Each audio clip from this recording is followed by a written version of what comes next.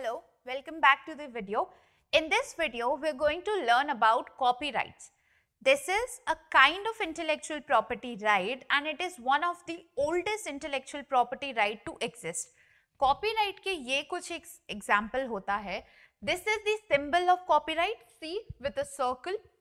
These are films, painting, sculpture, music, CDs, books. इस picture को अपने दिमाग में स्क्रीनशॉट ले लेना, हमेशा याद आ जानी चाहिए. जो इसमें इंक्लूडेड नहीं है वो नहीं होगा. इसको स्कल्पचर मान लेना, इसको पेंट मान लेना.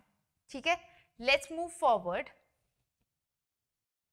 कॉपीराइट क्या होता है? Copyright is an author's right. ये दो चीजों को ध्यान रखता है, लिटरेरी एंड आर्टिस्टिक.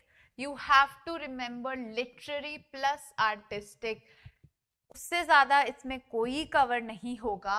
लिटरेरी में क्या है? Describe the right that creator have over the literary and artistic works. Works covered by copyright range from books, music, painting, sculptures, films to computer program databases, advertisement, maps and technical drawings. ये सारी चीजें आपके copyright में included होगी, ना ही सिर्फ आपकी books या आपका म्यूजिक या फिर आपकी फिल्म्स, बट एडवर्टीजमेंट बनाया है किसी ने, कंप्यूटर प्रोग्राम बनाया है, डेटाबेसेस हैं, वो सारे इसमें इंक्लूडेड होंगे क्योंकि वो भी एक तरीके से लिटरेरी वर्क है या आर्टिस्टिकली निकला है, राइट? फिर आता है copyright is a sort of licensed innovation. What is it? It is a sort of licensed innovation that gives its proprietor the elite right to make duplicates.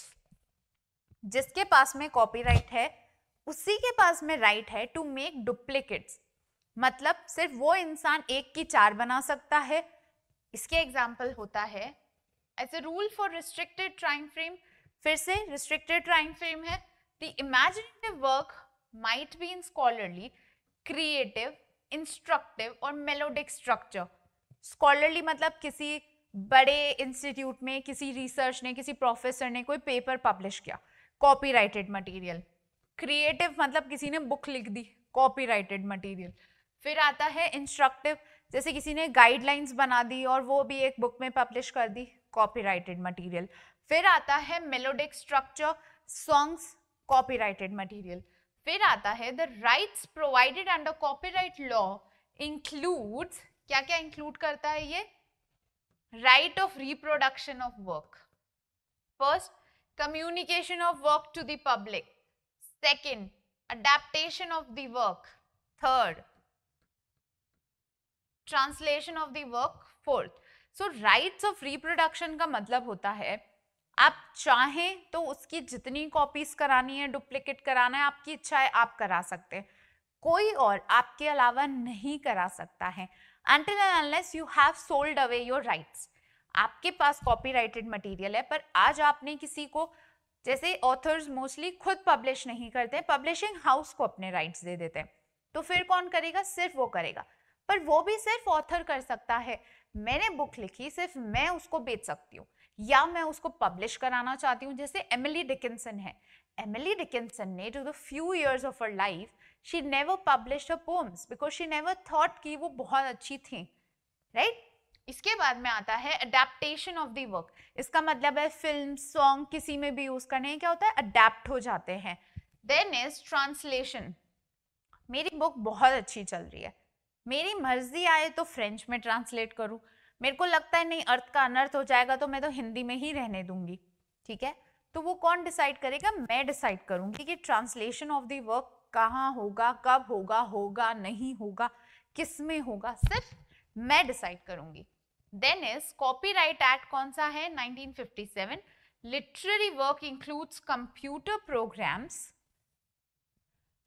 tables and compilations including computer databases और source code. Source code से related आपके examples आते हैं. अगर किसी को भी ये मेरे बनाए हुए notes which is highly made with speculations, बहुत ध्यान रख के तुम लोगों की सारी चीजें समरी में इकट्ठी हो जाएं, वो बनाइए चाहिए तो आपको लॉ प्रेप से कांटेक्ट करना पड़ेगा. आपको टेस्ट सीरीज कलेक्ट करनी पड़ेगी, आपको एनरोलमेंट करना पड़ेगा, right? So if you want any or each of the sources of material that we provide या what I'm teaching with, you have to contact Law Prep Jaipur office, right? Okay. फिर आता है lyrics to a song, a musical composition in the form of sheet music, a sound recording, a painting, a plan for building, art, literature, video, images, photography, choreography, music, sound and clips. For the students जो मेरे already students हैं उनके पास ये available है, please pin point करके fingers पे याद कर लेना. तुम लोगों के मोस्टली क्वेश्चन इसीलिए गलत होते हैं. क्या हेल्प करेगा ये आपको? 3 कैटेगरीज हैं इसमें, जो दे रखा है सारा इंक्लूडेड होगा, कब होगा कब नहीं होगा ये भी इंक्लूडेड है, राइट?